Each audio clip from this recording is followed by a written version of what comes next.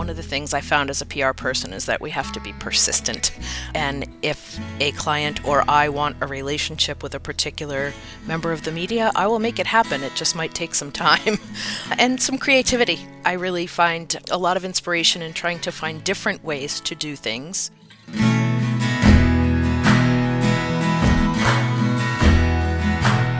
Welcome to this special episode of Confessions of a Marketer. I'm Mark Reed Edwards. We're back with this mini-series of talent showcase episodes focused on people in marketing, communications, PR, and allied fields who are looking for their next opportunity. You'll hear their stories, successes, and how they can help their next employer or client.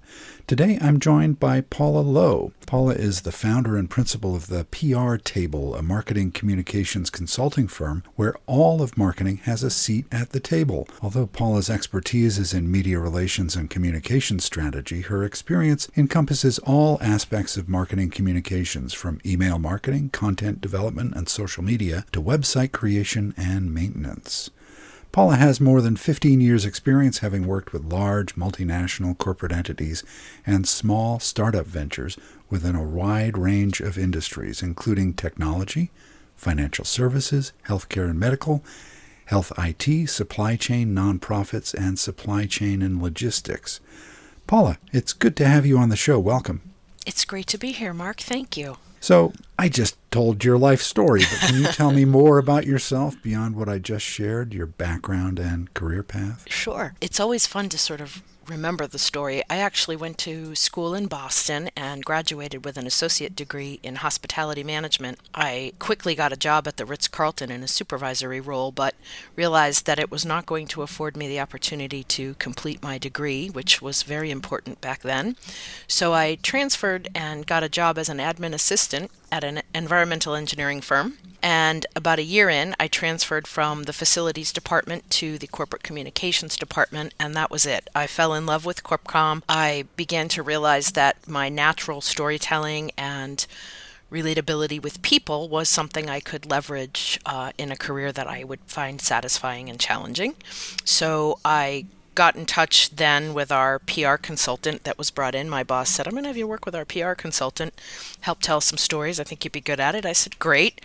And that was it. From there, I left the environmental engineering firm and I joined Lowe Paul & Partners back up in Lexington. I've had my career in public relations ever since. So what is one of your most important career accomplishments, do you think?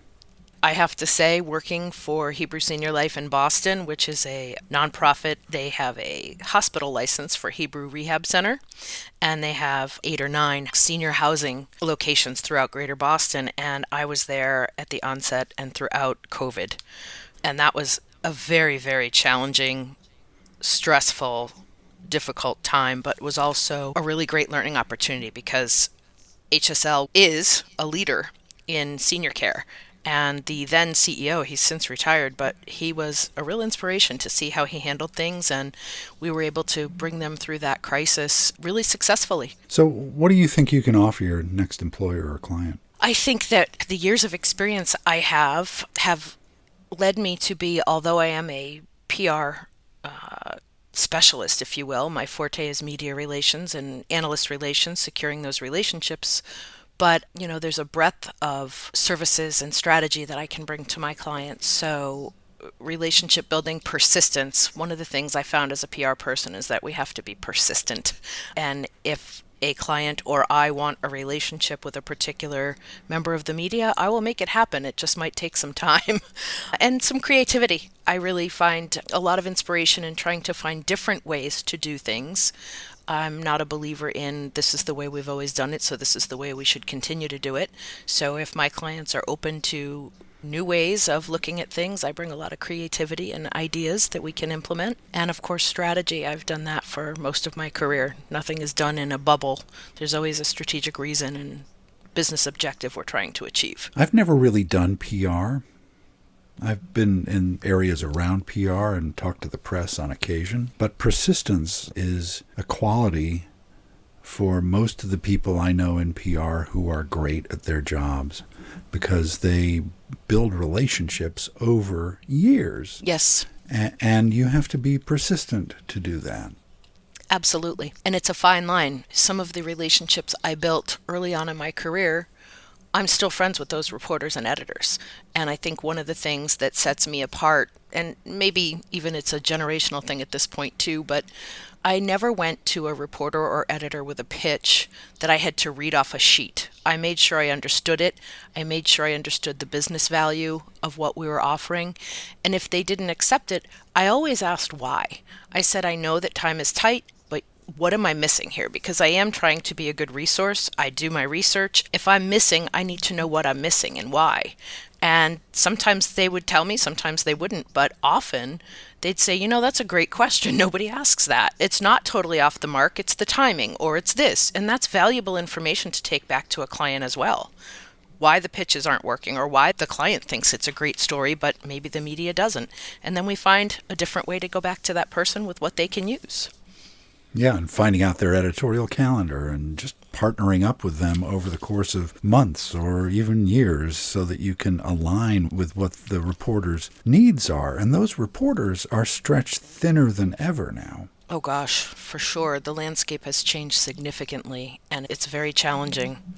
But you can still do it. I'm doing it right now for a client. I'm having a lot of fun. It's a really unique auto industry training software company that I'm working with, and it's a lot of fun, and I'm making those relationships on their behalf, and it's just been great because you can still do that. It just takes a little longer.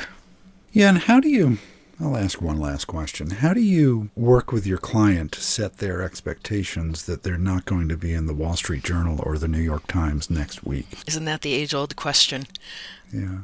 It's just a matter of being very honest and direct and saying, when you have that story, I'm happy to tell it, but you're not there right now.